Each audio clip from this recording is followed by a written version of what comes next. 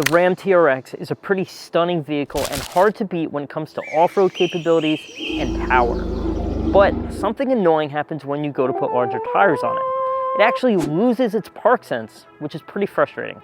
But we have a simple plug-and-play solution to take care of that issue. So let me show you what that looks like, and then we'll get right to the install, which takes only about 2 minutes.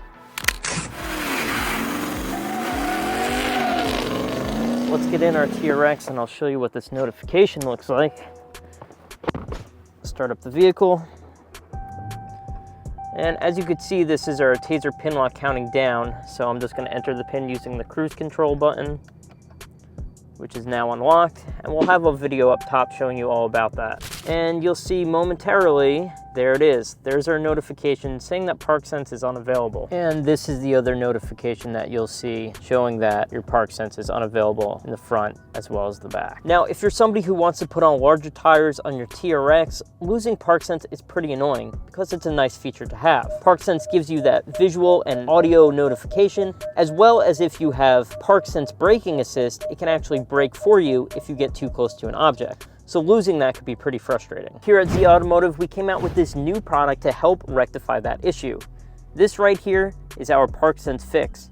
It's a simple plug and play that plugs right into your ParkSense module, and it's essentially tricking the computer into thinking that the ParkSense is still there. Now your ParkSense will completely work with this plugged in. You can even calibrate your larger tires using our TaZer DT module. Not only will your speedometer be calibrated correctly, but your ParkSense will also be working with this product here. Let's get to the install. All right, so step one, we need to get to our ParkSense module. And that's right over here by the driver's side door. It's this panel right here, which is connected to your door sill, the one that says RAM on it. So all you gotta do is pry that up, plug this in, and you're good to go. To pry this up, it's super simple. You probably don't even need a plastic pry bar, but if this is the first time that you've ever taken this up, it might actually help.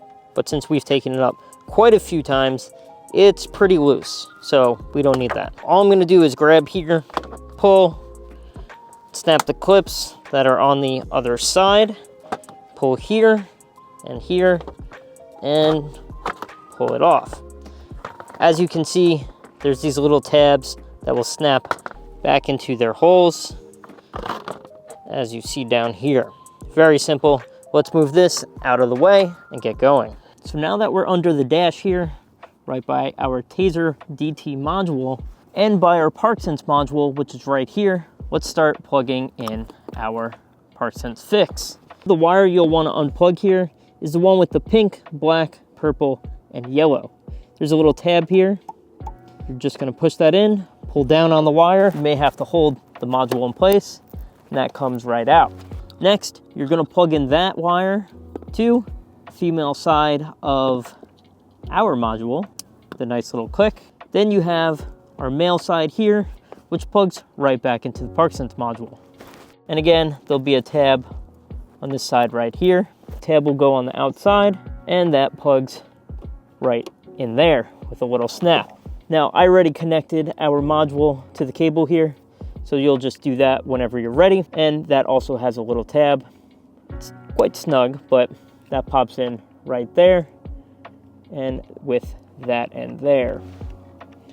Just get that back in. There we go. Now we can tuck this away, grab our panel again, take all the wires, tuck them neatly back here, and we'll put them right behind this panel. Snapping the tabs back into place, and that's it. You're literally done. Now with our ParkSense Fix plugged into the vehicle, everything should work like normal. Our ParkSense visual should come up on our EVIC. We should get an audible notification if we're coming close to an object.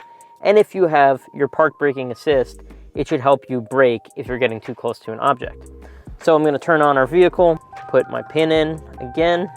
I have no notification coming up on my EVIC screen, and I'm going to make sure in my safety and driving assistance settings on the Uconnect that ParkSense is on. So I have my front ParkSense volume on, my rear ParkSense volume, and my ParkSense braking assist on.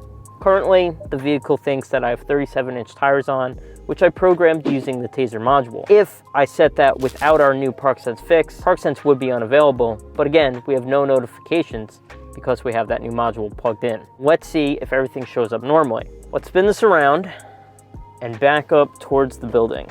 And as you see here, our ParkSense is up now. We are coming pretty close to the building, as you can see, using our reverse camera. You hear some beeps, and there's our warning, meaning that everything is working the way it's supposed to. Now, let's pull up towards that truck and make sure the front ParkSense is working as well. As you can see, showing up here, and showing that we're pretty close to the truck on the camera. So it is working.